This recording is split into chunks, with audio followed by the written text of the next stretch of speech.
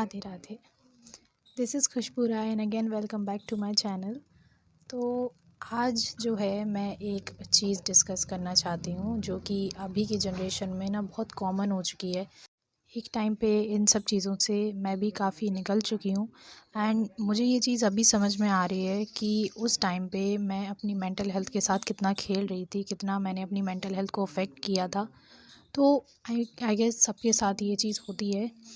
बहुत कॉमन है ये, लेकिन उतनी ही ज़्यादा डेंजरस है ओवरथिंक। सोचना अच्छी बात है, हम सभी सोचते हैं। टेंशन लेना अपने करियर के बारे में, अपने फ्यूचर के बारे में अच्छी बात है, हमें सोचना भी चाहिए। हमारा माइंड उससे क्लियर होता है और शार्प होता है और हमें डिसीजन लेने में हेल्प होती है।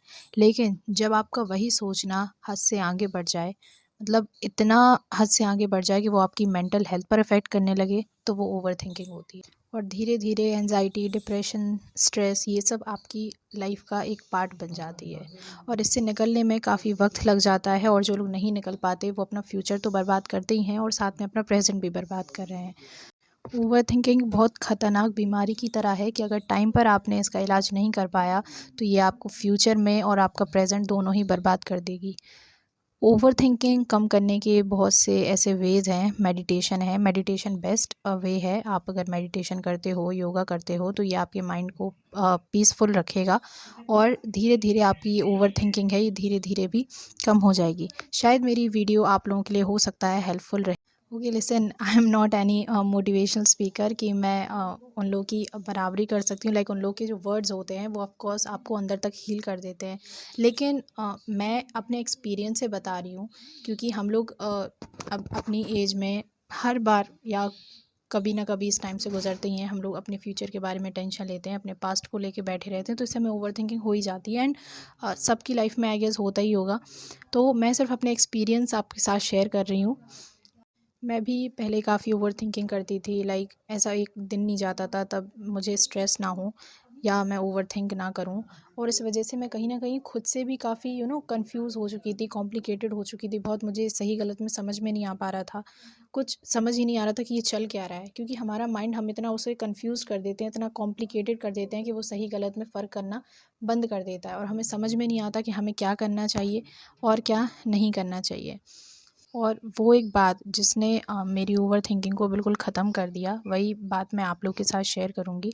और हो सकता है कि ये बात सुन के आप लोगों की भी ओवर थिंकिंग जो है वो कम हो जाए और आपका जो माइंड है वो एकदम पीसफुल हो जाए। लाइक तो भगवान श्री कृष्ण ने श्रीमद् भगवत गीता के 6वें अध्याय में कहा है कि उद्धरेदात्मनात्मानं नात्मानमवसादेत आत्मैव ह्यात्मनो बंधुरात्मैव रिपुरात्मनः।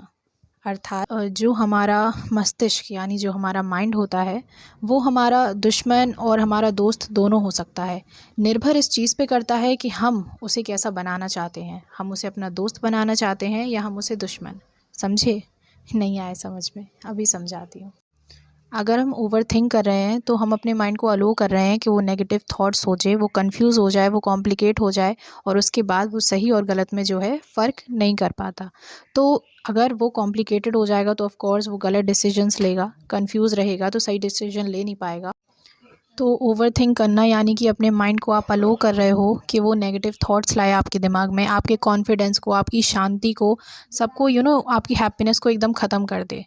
और अगर हम अपने माइंड में अच्छे थॉट्स ला रहे हैं, ओवरथिंकिंग ना करके हम सही जगह अपने दिमाग को फोकस रख रहे हैं, काम कर रहे हैं, अपने प्रेजेंट पे ध्यान दे रहे हैं, तो वहीं हमारा जो माइंड होगा शांत रहेगा, काम रहेगा और सब पॉजिटिव थॉट्स आएंगे।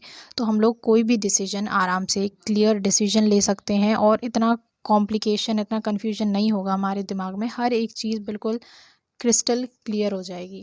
तो ये हम लोग के ऊपर है, हम लोग के ऊपर डिपेंड करता है कि हमें अपने माइंड को क्या अपना फ्रेंड बनाना है या अपना एनिमी बनाना है। हमें ओवर थिंक करके अपने आप को, अपने माइंड को कॉम्प्लिकेटेड करना है। तो श्री कृष्ण बताते हैं कि जो अर्जुन थे वो भी बहुत ओवरथिंक करते थे। लाइक वो कृष्ण जी से सवाल पे सवाल पूछते रहते थे, किसी भी बेसिस पे जो भी उनके दिमाग में आता रहता, मतलब दिन भर कुछ ना कुछ सोचते रहते थे। बट एट लास्ट जब उन्हें ये चीज़ पता चली कि मेरे सोचने से कोई रिज़ल्ट नहीं निकल रहा है और सिर्फ मैं अपने जो माइंड है उस पर प्रेशर डाल रहा हूँ, तो उनने सब कुछ छोड़कर अपने आप को काम किया और अपनी सारी प्रॉब्लम्स कृष्ण जी के ऊपर छोड़ दी कि भाई मुझे अब कुछ समझ में नहीं आ रहा है एंड जो है प्लीज़ आप इसे क्लियर करो। तो श्री कृष्ण जी ने भी उनसे यही चीज़ बोली कि तुम अपनी सारी चीज़ें छोड़ो और बस मुझे फॉलो करते जाओ। तो यही श्री कृष्ण जी हम लोग को भी बताना चाहते हैं अपने इस अध्याय से कि अगर आपके सोचने से कोई रिज़ल्ट नहीं निकल रहा है, जितना सोचना अच्छी बात है, सोचो, अपने करियर के बारे में सोचो, अपने फ्यूचर के बारे में सोचो, लेकिन अगर उस सोचने से आपका कोई रिज़ल्ट नहीं निकल रहा है तो वो सोचना आपका कोई फ़ायदे का नहीं है, वो सिर्फ आपकी मेंटल हेल्थ ख़राब करेगा। इससे अच्छा आप फ्यूचर अपने पास्ट को लेके, हम लोग क्या करते हैं ना, अपने पास्ट से आगे नहीं बढ़ पाते हैं, तो अपने फ्यूचर के बारे में टेंस रहते हैं, पास्ट के बारे में, लेकिन ये नहीं देखते कि अगर हम अपने प्रेजेंट पे फोकस कर लेंगे तो इससे हमारा जो फ्यूचर है वो तभी बेटर होगा।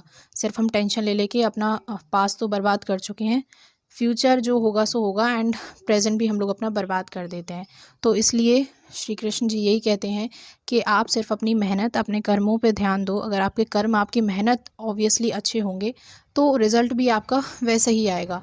और जिन चीज़ों को ज़्यादा सोच के अगर कोई रिज़ल्ट नहीं आपका निकल रहा है तो अपने आप को शांत करो, और जब आप एक साइलेंस में चले जाओगे ना तो आपको आपके सारे सवाल के जवाब खुद ब खुद मिल जाएंगे।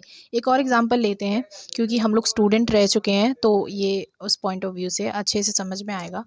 जब भी हम लोग एग्ज़ाम अपना देकर एग्ज़ाम हॉल से बाहर आते हैं तो क्या चलता है हम लोग के दिमाग में? लाइक ये तो हम सब लोगों को पता होता है कि हम लोगों ने कितनी मेहनत की है, पास होने लायक की है या फेल होने लायक, लेकिन फिर भी रिज़ल्ट आने तक हम लोग और लाइक दिन भर ये बस सोचते रहते हैं कि पता नहीं कैसा रिज़ल्ट आएगा, कैसे मार्क्स आएंगे।